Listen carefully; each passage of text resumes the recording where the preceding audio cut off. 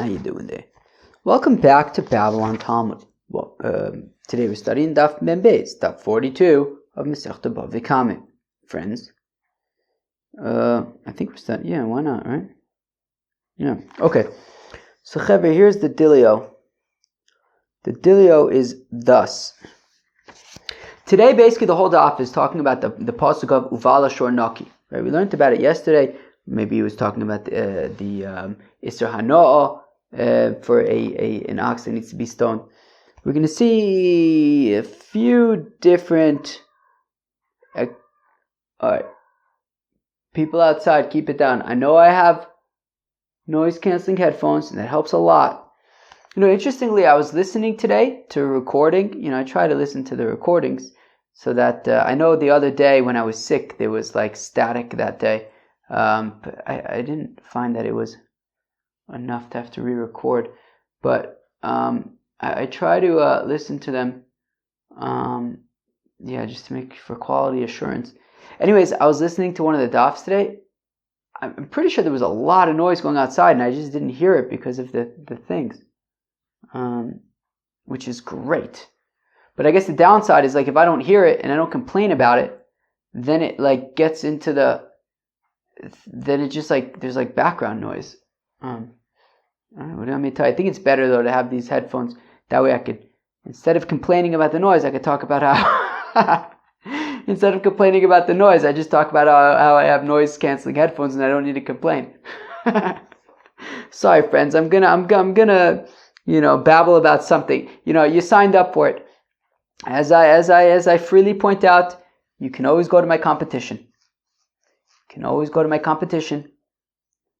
You're listening to something called Babylon Talmud.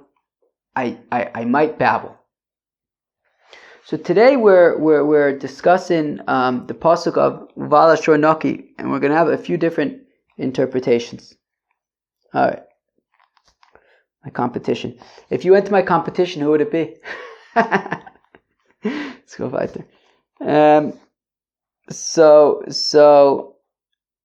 we're on Daf Mem Aleph Mem Beis. So yes, we got a little bit of work. Look, it's not an easy daf. I'll tell you, it's not an easy daf. But we got a little bit of work to do. Tomorrow, I think, it's going to be a big old daf. Tomorrow's going to be a big old daf. Today it's not going to be an easy daf. But basically, we're going to get from 2 dots to the next 2 dots, and the whole time it's talking about this pasuk of Uvala Shor Naki. Okay. So we're going to start on Mem Aleph Mem Beis. I don't know, 8 lines before it gets wide. By Taner Rabbanan, by 2 dots, Taner Rabbanan. Uvala Shor Naki, okay, the pasuk says by a short tam, right? So what does the pasuk say? The pasuk says, I'm going to read the pasuk. V'chigach shor es isha, a fellow, shor gores an isha, v'ames, and they die. Soka yisakal ashor, the ox needs to be stoned. V'lo yachal b'sar, you can't eat the meat. Uvala Shor Naki, and the owner of the shore is Naki, is clean. Okay? Now, that's by a short time. Now, alright. Now, I think it's by a short time. Why not? No, I looked it up. It's by a short time. So says the Gemara, Uvala Shor Naki, so the owner of the ox is off the hook. Rabbi Eliezer Omer Naki Michatzi Kofer. He does not need to pay Chatzi Kofer. Okay? Meaning a Shor Muad that kills a person, so the owner needs to pay Kofer. So a Shor Tam that kills a person, the owner does not need to pay. So it does not pay Chatzi Kofer, right? By damages, you would pay Chatzi Nezek for a Shor Tam. But by killing a person, the owner does not pay Chatzi Kofer. Okay? So again, Tanarbanu Vala Shor Naki, Rabbi Eliezer Omer Naki, Mechatzi Kofer. Omerlo, Rabbi Kiva. Now, Rabbi Kiva says to Rabbi Eliezer, his Rebbe actually, right? Rabbi Kiva was a student of Rabbi Eliezer and Rabbi Yeshua. Also, Nachumish Gamzu, maybe? Maybe.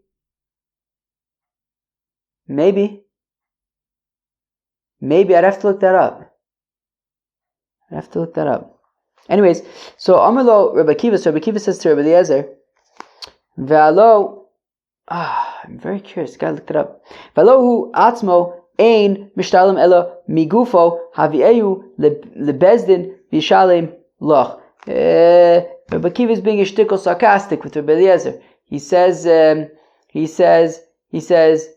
obviously, there's not going to be any chatzi kofer. The payments of a shor tam are migufo. If the shor is stoned somewhere, how are you supposed to pay migufo? Obviously, there's not going to be any kofer or chatzi kofer. Right? So again, Amar Rabbi Akiva. So Rabbi Akiva says to Rabbi Eliezer, "V'alo atzmo ein mishtalim ela migufo." Even if there were to be chatzi kofer, it would be paid migufo from the body of the ox itself, which is now lying someplace stoned.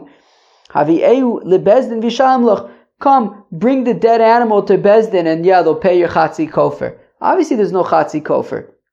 Amar lo Rabbi Eliezer. Rabbi Eliezer says to Rabbi Yeshua, says to Rabbi Akiva, hey, kachani beinecha. This is really how you think of me. Shedini boze, that I'm talking about shechayev misa, an ox that's chayev misa, and is lying stoned someplace. Ein dini elo kishehei mises adam apierechot. I'm talking about an ox, a short tam, that killed somebody, but there's only one witness, so it's not going to be chayiv skila. Or the owner comes and says, "Hey, people, I acknowledge the fact that my ox killed somebody, my short tam killed somebody." In those cases, right, he says al pi atzmo, right, he admits it. So in those cases, so then there is no. Where am I? So in those cases, the ox is not chayiv skila. And what Reb Eliezer is saying is, even though the ox is not chayiv skila, so it's not lying dead someplace, and you might think that at least, maybe you should pay kofer for the person who was killed. So we say, no, bala shornoki, that there's no chatzi kofer there. Abi baile mod beknasu. Perfect the Gemara. Wait, of course, though, if the owner admits that his ox killed somebody, there would be no kofer, because he's being mod beknas. He's admitting about this kofer fine, and mod beknas is potter kusavar kufar kapar. Yeah, no, but Rabbi Eliezer holds that kufar kapar, that kofer is a form of atonement, and therefore I might think that, look, if his ox killed somebody, now there's only one witness. Okay, his ox killed somebody, and the owner comes and he admits it, so therefore the ox isn't stoned, but I should think that there's still kofer, because kufar kapara, it's an atonement, he still needs atonement. His ox killed somebody, so no, kamash mlon, vala shonoki, that there's no chatzi kofer when it comes to a short tam. Tani idach. We have another brisa. Rabbi Eliezer responds to Rabbi Akiva's challenge. Akiva, kachani be'enecha. Really, this is what you think of me? Shadini bozeh shechayiv misa, that you think I'm saying that this ox that's chayiv misa, that's stoned, you're gonna pay chatzi kofer? You think I would say that? Ein dini elo b'miskab l'aragas avim v'aragas adam. I'm talking about in a scenario where, yes, somebody was killed, but it was not the intention of the ox. The ox intended to kill an animal. It ended up unintentionally killing a person. In that case, the ox is not chayiv skila. L'nachri v'arag Yisrael. Or if the ox intended to kill a nachri but killed a Yisrael, l'nefalim v'harag ben kayama. Or the ox intended to kill, a baby that it was unclear if it was going to live. It was less than 30 days old. V'harag ben kayama, but they actually ended up killing a baby that was, at least 30 days old and was going to live. So in those cases also, the ox is not chayiv skila, and you might think that, okay, maybe then the owner should pay chatzi kofer. Kamash mlon bala shonoki, that he doesn't pay chatzi kofer. So again, Rabbi Eliezer says that bala shonoki teaches that the owner of the shor tam does not pay chatzi kofer. Rabbi Akiva challenged him on that and says, obviously he doesn't pay chatzi kofer. The ox is stoned, and it would only be migufo, and the ox is now dead. So Rabbi Eliezer says, look, it could be talking about a scenario. There's different scenarios where the ox actually isn't killed, and therefore I may have thought to say that there would be chatzi kofer. Kamash malonu v'ala shonoki, that there's no chatzi kofer. Now, so now there were two versions of how Rabbi Eliezer responded to Rabbi Akiva. The first one was that either there was only one witness. So therefore, if there's only one witness, you can't kill the ox. Alternatively, the owner came and admitted it, right? So therefore also, there is right. So the ox won't be stoned, and there's so the ox won't be stoned. And then there were other examples where there was miskavin larugazeh varagazeh be'etzem, right? That there was no kavanah be'etzem. So now the assumption is that it's a stronger case to say that there should be kofer when there was niskavin l'aragazeh v'aragazeh, right? If the animal if the ox intended to kill another animal but ended up killing a person, but there are two witnesses that saw it, so I would think that it's a stronger case to say that there should be kofer, as opposed to, for example, if there's only one witness, so then there's only one witness. Of course, it wouldn't be chayiv skila. I mean, it's a non-starter. So now, based on that, Frekti Gemara, hey Omer le Bereisha, which answers did Rabbi Eliezer give first? Did he first give the answers of there was only one witness, or the owner of the ox admitted it? Was that said first, or was the sort of answers about intending to kill one kind of group but killed a different? Was that the one that he said first? If Kana Mishmei Derave Omer Miskavin Omer Le Bereisha, if Tavyomi Mishmei Derave Omer Hamis Omer Le Bereisha. So Rav Kahana says the name of Rava that the second group was said first. The Miskavin, right? Miskavin Larugas Behema Vargas Adam, right? That right? Or Nachri and killed Israel, or Nephalim and killed the Ben Kriyama, right? That group of answers was said first, and that's kind of the stronger argument for why there should be kofer, and yet Balashor Naki comes and says no. Fine. So that Miskavin Am Leberesha, whereas Rav Tavyomi Mishmei Derave Omar Tavyomi says in Rava Hamis Amar Leberesha that the first group of answers is what he said first. For example, right? He was the ox killed, but there was only one witness. Okay. Which is kind of the weaker kind of argument. Like obviously it's a non-starter, the ox wouldn't be killed, right? So if Kahana Mishmei Derave, right, the ox wouldn't be killed, there's only one witness who witnessed it, so it's kind of like a non-starter. So if Kahana Mishmei Derave Miskavin Leberesha, so Rav Kahana said the name of Rava that the first group was that Miskavin, right, the one of Miskavin Laragazev, kind of the stronger group, was said first. Mashal Etzayid, it's like a fisher, Sheshole Dogam and Ayam, who's fishing fish from the sea. Mashkach Ravave Shakil, Zutre Shakil. If he finds big fish, takes them, little fish, takes all of them. So he started with the stronger argument, and then also mentioned the weaker argument also. Alright. Rav Tavyomi Mishmei Derave Amar, says Rav Tavyomi in the name of Rave, Amar Hamis Amar Le Bereisha, that it was like the group of like the one witness situation he said first, which is kind of the weaker one because it's kind of a non-starter if there's only one witness. Moshel Tzai Sheshol Dogim Manayom, it's like a fisher who's fishing fish from the sea. Mashkach Zutre Shakil Mashkach Ravave Shdi Zutre V'Shakil Ravave. If he finds a small fish, okay, Givaldik, I found a small fish, but then he finds a big fish, so then he replaces the small fish with the big fish. So here too, he started with kind of the smaller one, with the weaker kind of case, but then he followed up with the stronger case of the Niskav Naragazeh Varag Es Zeh. Okay, fine. Tanidach. Now we have another brayso. Balashon Noki, Rabbi Yosef Glili Omer Noki Mid Mei Vlodis. Okay. So the pasuk says, of course, Bala Shor Noki, that the owner of the Shor Tam is Noki, is clear, doesn't have to pay anything. Rabbi Yosef Glili Omer Noki Mid Mei Vlodis is doesn't have to pay for the fetus, right? Meaning there's a psukim, there's a pasuk that talks about if you have two people fighting and right, so Reuben and Shimon are fighting. It turns out that a pregnant woman ends up getting hit and miscarries. So in that case, you have to pay, right. The person responsible has to pay money for the miscarriage.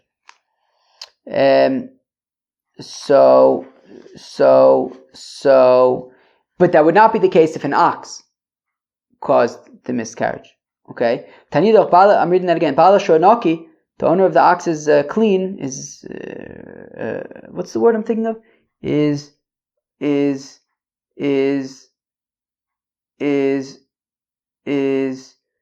puttered, is exempted, is the Bala Shor is exonerated. I don't know if that's the right word. Alright, whatever. Exonerated. He doesn't have to pay. That's better. That's a good word. Doesn't have to pay. It's one word. Doesn't have to pay. So that's a good word. The owner of the ox doesn't have to pay. Alright.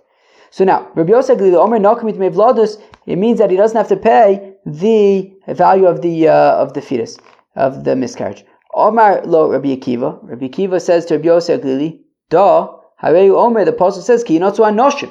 The apostle that talks about Tmei Vladis, about Vladis is it says Ki yinotzu anoshim, when people are fighting, and then this situation happens. Anoshim v'lo shvarim. The apostle is talking about people. It's not talking about oxen. Obviously, the owner of the ox is not responsible for the Vladis. Well, okay, so effectively, Rabbi Akiva makes a good point, right? Pasuk's not talking about oxen. Obviously, the owner of the ox doesn't have to pay. Amar Rav Ula, breder of Edi, says Rav Ula, breder of Edi. Excuse me, I'm scratching my neck. That's a first.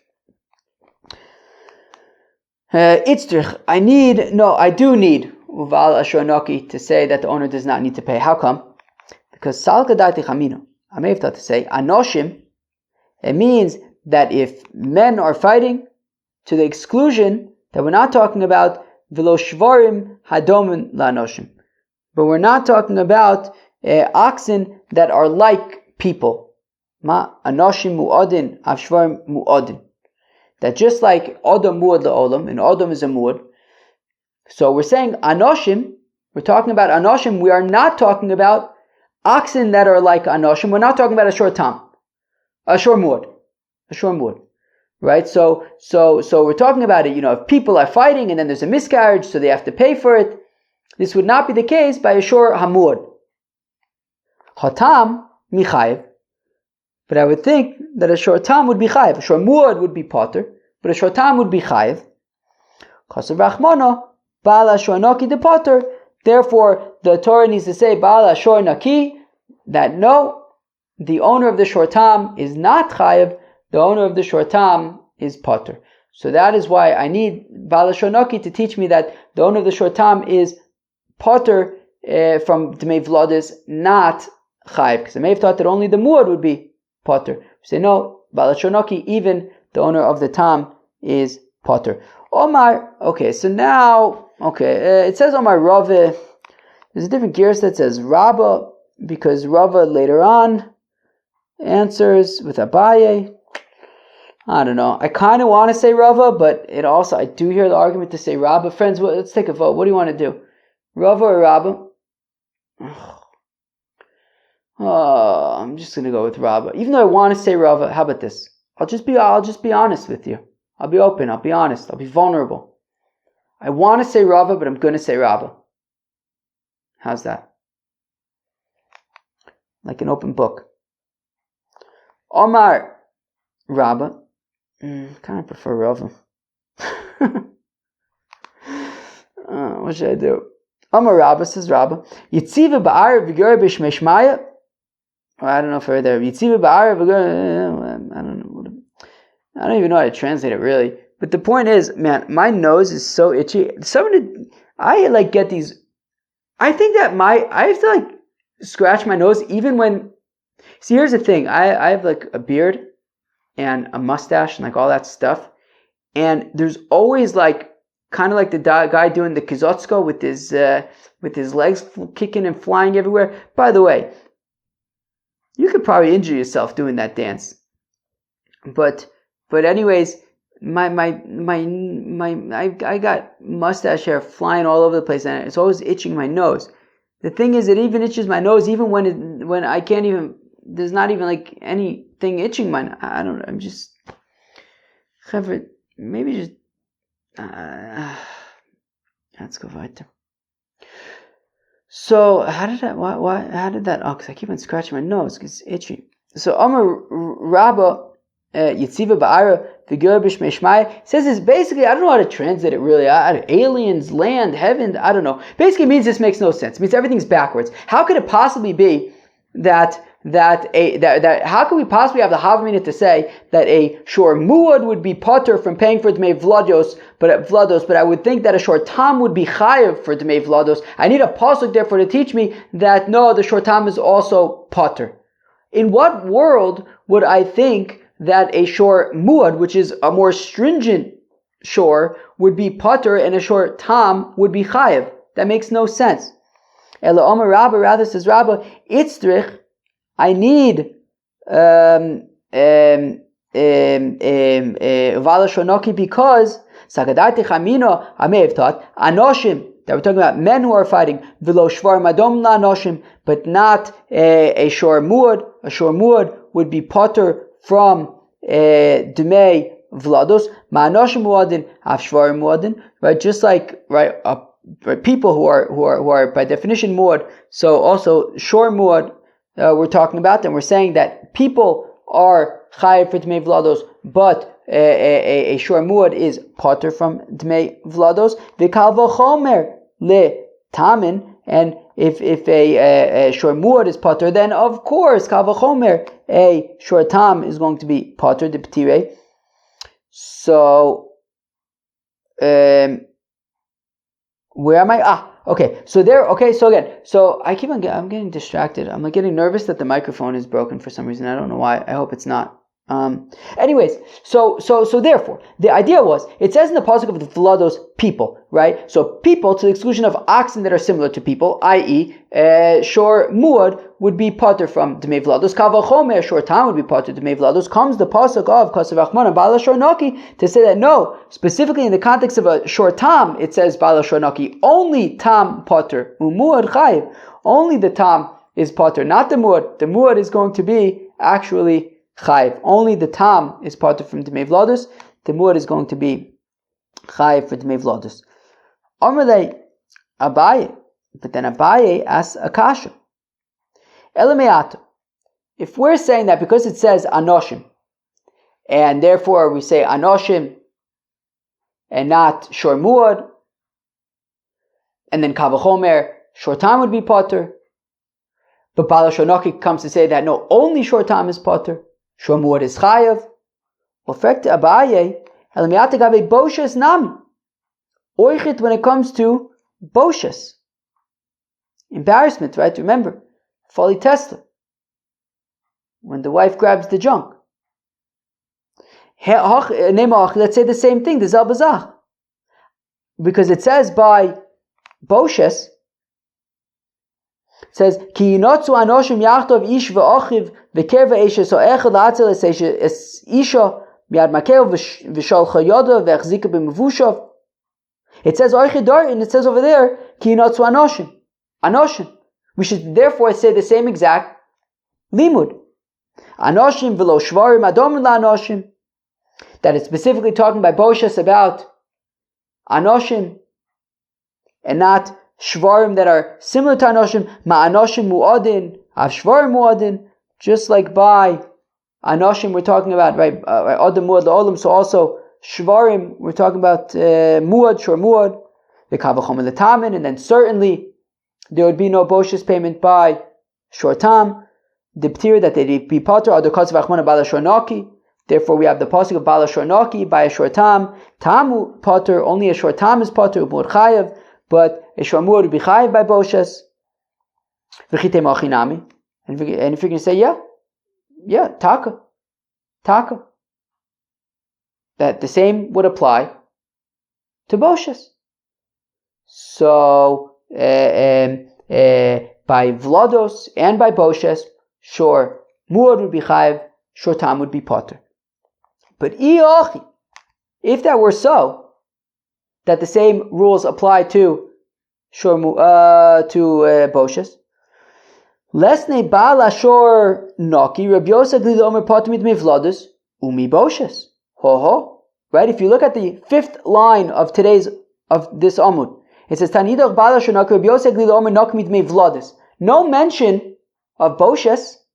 So if it were so that this same limud applies both to Vladus and to Boshes, then Rabbi Yossi Aglili should have mentioned that too. But Rabbi Yossi Aglili says that Bala Shonoki is only coming to teach me about Vladis. He never mentions Boshes. And if the same were true for Boshes, he should have mentioned Boshes as well. Again, I'm going to read that again. And if you say that the same limud applies to Boshes, if that's the case, Leslie, what the Brisa should say is Bala Shonoki, Rabbi Yossi Aglili Omer, Patur Midmei Vladis. That when it says Bala Shonaki, it says Rabbi Yosef Glili, the owner of the Shortam is going to be potter from Demei Vlados, Umi Boshes, and Boshes, but it doesn't say that. So Elo Abai v'Rave Damitavayu, rather Abai and Rave say, Anoshim, that when it comes to people, right? So what does the pasuk say? Let's read the pasuk of Vladis. The pasuk by Vladis says, V'chinosu Anoshim, that if you have people fighting, and they hit a pregnant woman and she miscarries, and she survives, so then you have to pay dmei vlados kashi oshus olav bala isha v'nosim b'flilim. Right, so basically you pay for vlados. So if she survives, but if she gets killed and there's a chiyuv misa, so then kom le b'derabba mineh. So if there's chayiv misa, you're not going to have to pay for the vlados. If you kill her, right? If she dies because of it, she gets killed. So then you don't have to pay for the vlados. So anoshim ein asun ba'isha ye anshu, yesh asun ba'isha lo ye anshu. This distinction about whether or not the mother survives is only by people. That if she survives, then there's a payment for vlados. If she does not survive, then there's no payment for vlados, because kamle b'dirab minei v'lo shvarim. This doesn't apply to oxen. Dafal gav diyesh oson, that by oxen, even if she does die, ye anshu, I would say that the owner would have to pay for the vlados, even if she does die. I would say that this distinction is only by anoshim, not by shvarim, but by oxen, regardless of if she survives or not, the owner of the ox would have to pay for the vladis. Hadar kasav rachmana bala shornaki de potter, and comes the pasuk of bala shornaki to say no, the owner of the oxen does not pay for the vladis. And I assume that means in any case that the bala shor would never be chayiv for vladis. Maskeflor Ravada Barahava. Ravada Barahava asks the kasha, Otu ba'asun tayyimilsa, b'kavona tayyimilsa. Says Ravada Barahava, wait up. Says Ravada Barahava, that Abaye and Rava made it sound like the defining aspect is whether she survives or not. If she survives, then there is Tmei Vladis, right, by when two people are fighting. And if she gets killed, then they are chayev misa, and therefore kamle b'derab minei, and there's no payment for the vlados. Ravada Barahava points out that at least according to him, not in every case where she dies would they be potter from paying, because after all, Ravada Barahava holds, like Reb Shimon in Masechta Sanhedrin, scratch my nose, that the Skav Argazev is potter. That if he intended to kill one person and kill somebody else, potter. So if that's the case, then even if she dies, but she was not the intended target, well then the person who killed her unintentionally would not be chayiv misa, and therefore would be chayiv to pay for the Tmei Vlados, even if she gets killed. So Ravada Barahava pushes back against Abai and Rav and says you're making it sound like the main factor is whether she survives or not. There's more to that story. Even if she is killed, there still might be requirement to pay for the vlados. It's really about the kavana over here. What was the intention of the person who killed her? So again, Maskef Ravada Barahava asks, so what is everything? Is it all about whether she survives or not? It depends how it happened, what the intention was at the time of the killing. Anoshim. So when it comes to people, so there are these distinctions. So if they intended to only kill each other, even though she ended up dying, well, there's still going to be Dmei Vladis because they're not going to be Chayiv Misa. But if they intended to kill her, well then, there's a Chayiv Misa, that's murder. Lo Yanshu, they don't have to pay for the Vladis, because Kamlev Drabmine. But Velo Shvarim, this distinction does not apply to Shvarim, I would say. That even if the ox intended to kill this pregnant woman, still there would be a chiyuv for dmei vladis. The pasuk says no, bala shonaki, there is no payment. I don't know if this means like there is no payment at all for dmei vladus. Maybe in any scenario. Okay. V'chein ki also Rav Chagai midaroma also vaisi masnisa biyodei. When Rav Chagai came from the south, he brought with him a brisa kavasi de Vada Barahava like Vada Barahava. Okay, very nice. And now for I believe the final explanation of Ubala Shornoki for today's daf. Tanidach Bala Shornoki. We have a third brisa to explain this pasuk of Bala Shor Naki. Rabbi Kiva says, Rabbi Kiva Naki Midmei Eved.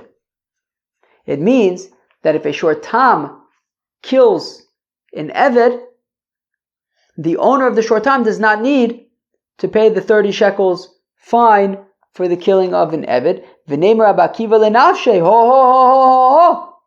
Do you remember what Rabbi Kiva had said to Rabbi Eliezer earlier, when Rabbi Eliezer dared to say Ubala Shornaki means that there is no Chatzi Kofer, and Rabbi Akiva attacked him and says, duh, obviously there's no Kofer. Kofer is paid migufo shel shor, from the body of the ox. The ox has been stoned.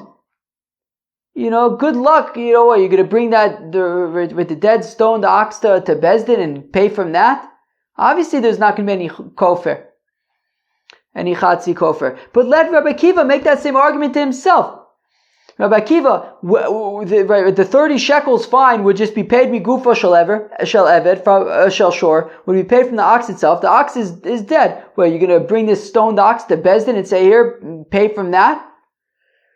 Right? The name Rabbi Kiva lenavshe, let Rabbi Kiva say to himself, alo atzmo, ein mishtal mele migufo. The 30 shekels fine is only going to be paid from the ox itself. Let him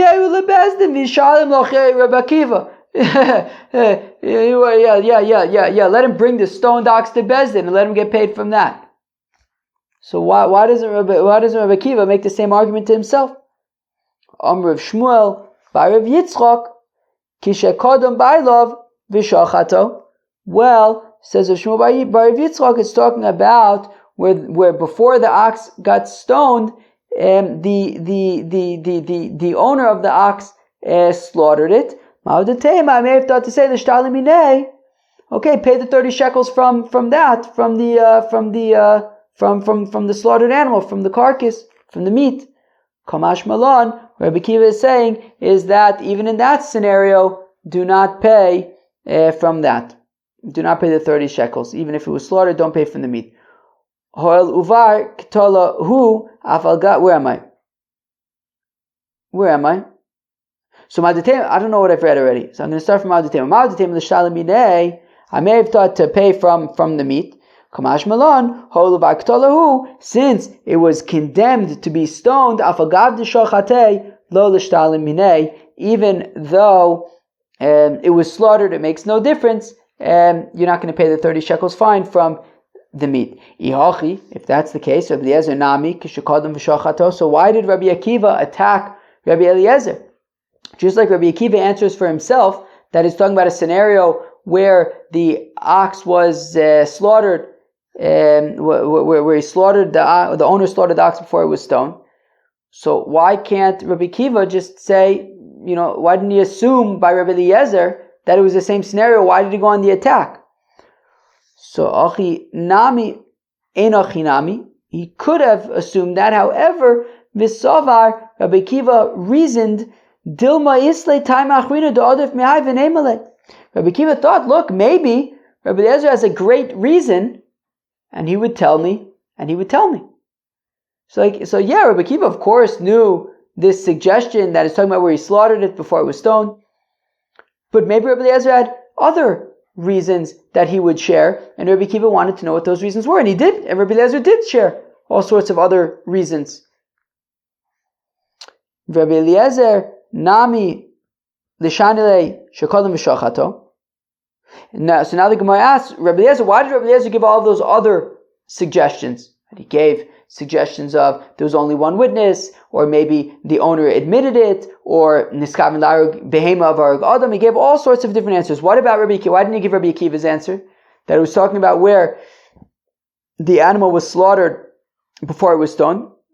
Amalach, because Rabbi Eliezer would respond to you, Hasam, who, that in the scenario that Rabbi Eliezer provides, the niskavin l'arug behema of arug adam, where the ox intended to gore an animal but killed a person, the shor lav barktolahu, that the animal is not actually chayiv misa, it doesn't need to be stoned klal at all, right? Because in that case it's not chayiv misa, right? He thought, right, the ox intended to kill an animal and killed a person.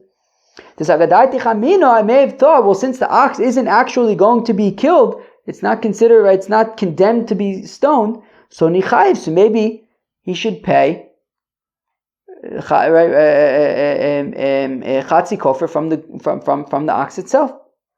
So it's the kralamute, and that's why I need the pasuk explains Rabbi Eliezer to say no, bala shornaki, there's no chatzi kofar. Aval hacha, but in Rabbi Akiva's suggestion, d'meikar barktala hava, that we're talking about an ox that was condemned to be stoned. Lo tzarich, I don't need, argues Rabbi Eliezer, I don't need a pasuk to say bala shornaki. The ox has already been condemned to be stoned. So of course I wouldn't pay kofar from the gufo shor. Afagav de shachate, even if you end up slaughtering it, it makes no difference. So Rabbi Akiva nami vade achiyava. Now Rabbi Akiva, Rabbi Eliezer is just making some stark arguments. He's making some strong arguments. So Ella Amar Rav Asi, so rather says Rav Asi, okay, no, forget about it. Forget about right? Meaning Rav Shmuel bar Rav Yitzchak had suggested that he slaughtered the ox after it was condemned to be stoned. Rav Asi says no. Let's give a different approach.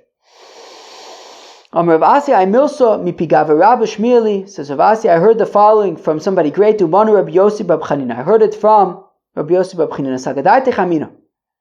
I may have thought to say, Hova Amar Rabbi Akiva, since Rabbi Akiva says, Af tam shechava be'adam mishalim b'moser nezek shalim.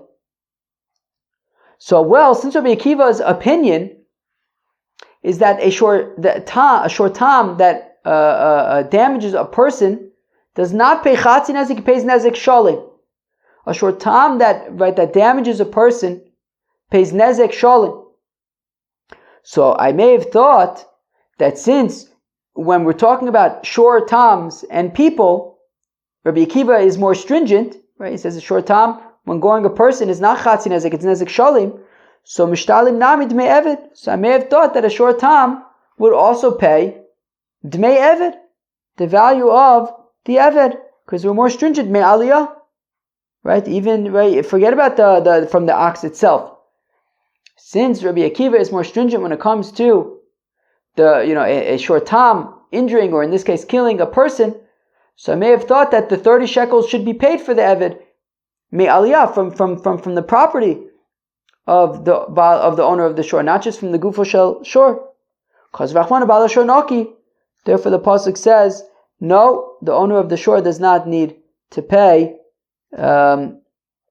the 30 shekels. Amar le Reb Zeir le Reb Asi. Reb Zeir says to Reb Asi, "V'atavi Reb Akiva l'gzize." Reb Akiva already, literally blunted his fist, but blunted his argument, right? Meaning, even though Reb Akiva is more stringent when a shortam gores a person to say that it's nezek shalim, but he also says, is it possible that when you pay the nezek shalim for a shortam that causes damage to a person, that you have to pay nezek shalim? Is it possible that would be me aliyah, not migufo shel shor?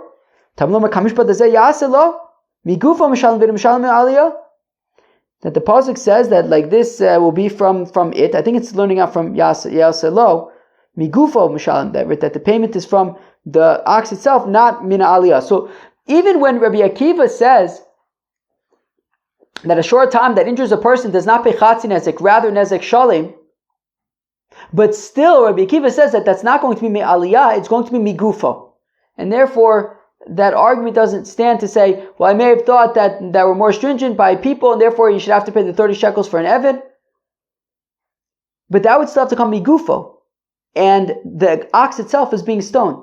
So therefore that's not a strong argument. Elo amar Rave, or rather says Rave, itzrich, I need the pasuk of balashonaki because Sagadati Chamir, I may have thought to say, Hoil umachmironi be'eved yoser mi ben chorin.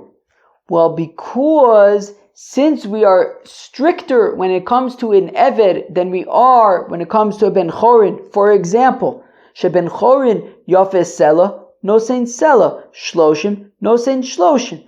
That when it comes to a ben chorin, a non-eved, so his kofer will be the value of the person that was killed, I guess, assuming that it's the Nizak. So if the person that was killed, his value was 1 selah, so that's what you pay, 1 selah. If his value is 30 sellers, so you pay 30 sellers. Whereas the eved yofes selah no sein shloshim. Whereas that's not the case by an eved. Even if the eved was only worth 1 selah, the fine for somebody who's ox, a shormuad, that kills an eved, is always going to be 30 shekels, even if the eved was only 30 sellers, even if the shekel was only 1 selah. So we see in that sense, eved is more stringent. So I might think that mishtalim nami dmei eved min aliyah, that even by a short time, we would still pay the shloshim, the shloshim shkolm, the 30 coins. Not migufo shel shor, but mi aliyah. He would just simply pay the 30 shekels fine. Kaser v'achmano balashor naki. Therefore, the Torah needs to say, no, the owner of the ox is exempt. He will not pay the 30 shekels of the eved. Tanya kavasi de Rave. We have a brisa supporting Rave balashor naki. That when the pasuk says balashor naki, Rabbi Kiva says Rabbi Kiva naki mitmei eved, that he does not need to pay the value of the eved.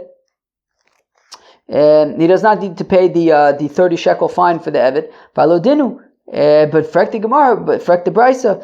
But I don't understand. I don't need. Obviously, he would not. The owner of the short time would not pay the 30 shekels fine for the eved. Balodinu, zakav v'chomer. Hoil. Wait. I don't know. Wait. What? Wait. What did I just say? I don't know what I just said. Did I just say that did I just say it's obvious? Because if I did, then that's correct, right? Meaning, Rabbi Akiva says that Balashanoki says that the owner of the shortam would not pay for the 30 shekels. Obviously, he would not pay the 30 shekels. V'alodinu, I can learn it out logically. I don't need a pasuk to teach me that. Ho v'chai be'eved v'chai be'ben chorin. Well, since it's a chiyuv by when the ox kills an eved, as well as by ben chorin. Mak shechai ben chorin, well, just like by when an ox kills a ben chorin, chalakta bo ben tam lemuad. There's a difference between tam and muad, that a muad pays kofar, a tam does not. Well, af kishechai be'eved nechalek bo ben tam lemuad. So also by an eved, we should make a distinction also that a short tam pays 30. Short muad, the owner would pay 30 shekels fine. Short tam would not. So I mean, I don't need a pasuk. I don't need Vala Shonoki to say that there's no 30 shekel fine by a short tam. Just like there's a distinction by a ben chorin. Muad pays kofar, tam does not. So say the same thing by an Eved. Muad pays 30 shekels, tam does not. And additionally, kal v'chomer, uma ben chorin, when it comes to ben chorin, shenosin kol shivyo, that a ben chorin is more stringent than an Eved in that you will pay the entire value of the ben chorin. Even if it's $1 million, if the ben chorin was worth $1 million, you can pay $1 million. There's no cap on it. And yet, even though it's more stringent, chalakta bo bein tam lemud, still we say, look, there's only kofar by mud, there's no kofar by tam. So Eved, she'eno nosein, ela shloshim, in Eved, where it's capped at 30 shekels, more lenient, right? It can't hit such high valuations. Well, then enu dinshin achlok bo bein tam lemud, then certainly I should say, okay, and it only applies to muad, it doesn't apply at all to tam. Low. No, it's backwards. That is not the way to approach it. That is not the way to approach it. Rather, I'll actually argue that an Eved is more stringent than, I mean, it depends how you look at it, right? On the one hand, Ben Chorin is more stringent in that there's no cap. It can go super high, the valuation. But on the other hand, argues Rabbi Akiva, that the Eved is more stringent in that, as we said earlier, Machmireni Yoser, Be'eved Yoser mi Ben Chorin, she Ben Chorin Yofes Sela nosein Sela, Shloshim nosein Shloshim, that by Ben Chorin, if the Ben Chorin is worth 1 Sela, you pay 1 Sela.